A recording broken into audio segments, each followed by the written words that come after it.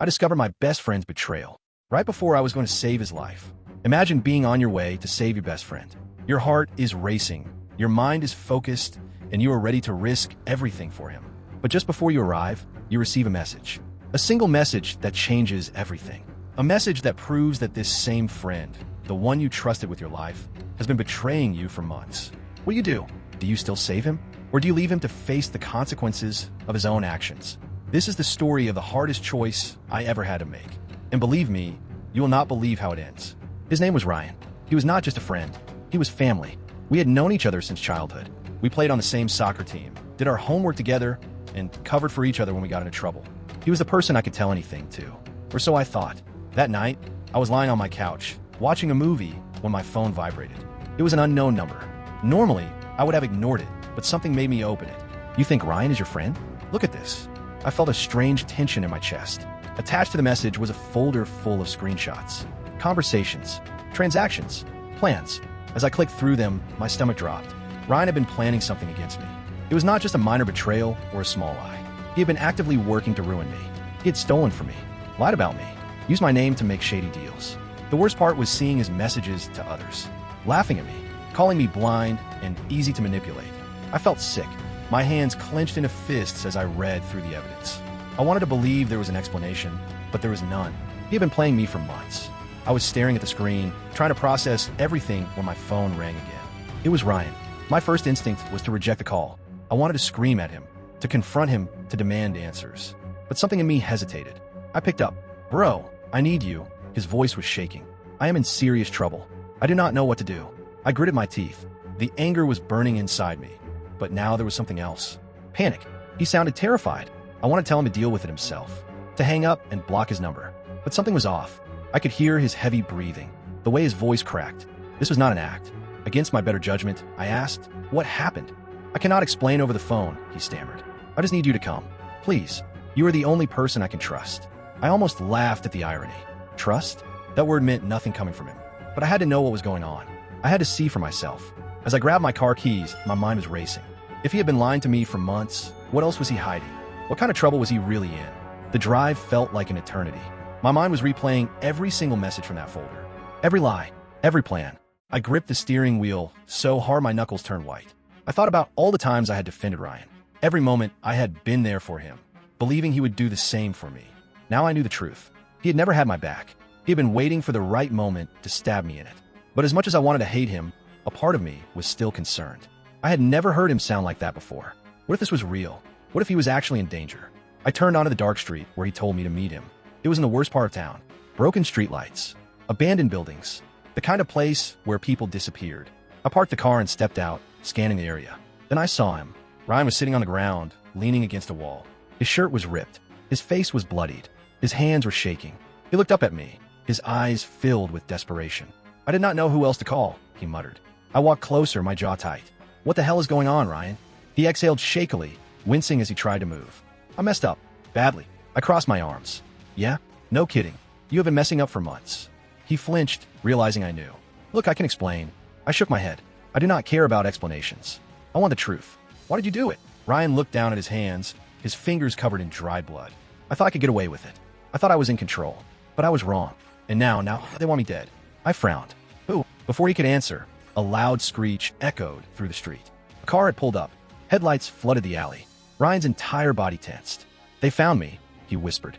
The doors swung open, and 3 men stepped out, dressed in dark clothing, their expressions unreadable. But their intentions were clear. I took a slow step back, my mind racing. This was not just a robbery or some street fight. Ryan had gotten himself into something much worse. And now, I was in the middle of it. The tallest of the 3 men stepped forward. His voice was calm, but his eyes were ice cold. "We have been looking for you, Ryan." Ryan swallowed hard. "I can fix this." The man chuckled. "No, you can't." My pulse was pounding. This was bad. Really bad. Ryan turned to me, his voice barely above a whisper. "Please, I know I do not deserve it, but if you leave me here, I am dead." I looked at the men. They were watching me, measuring me, waiting to see what I would do. Ryan had betrayed me, lied to me, used me. But was I really going to let him die? I stood there, my heart pounding in my chest, my thoughts a storm I couldn't calm. Ryan had betrayed me. His lies and deceit had destroyed my trust in him. But there he was, broken, terrified, and completely reliant on my decision. The men stood still, their eyes cold, waiting for my response. It was clear they wouldn't show any mercy. I had a choice: leave him, let him face the consequences of what he had done, or take the risk and try to save him. "They want you dead, Ryan," I said slowly. "But that doesn't mean I have to help you. You ruined everything." Ryan looked at the men, his face twisting in fear, then back at me. I know, but if I die, it's over. Not just for me, but for you too. I know things you can use. You can't just walk away and leave me to die." My head was spinning with anger and confusion. He had always known how to manipulate me, how to make me doubt, even now. The men started moving, the tension palpable in the air. One of them stepped closer, his eyes sharp, threatening. I didn't have much time to think. In that moment, I remembered everything I had done for Ryan, all the years of friendship, the times we had each other's backs through tough times. Could I really leave him?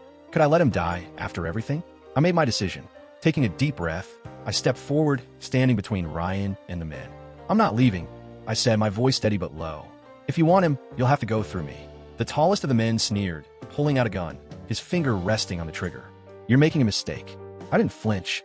I wasn't about to let Ryan die on my watch, no matter what he had done. My whole body was on edge, my mind racing with possibilities. I had to think fast.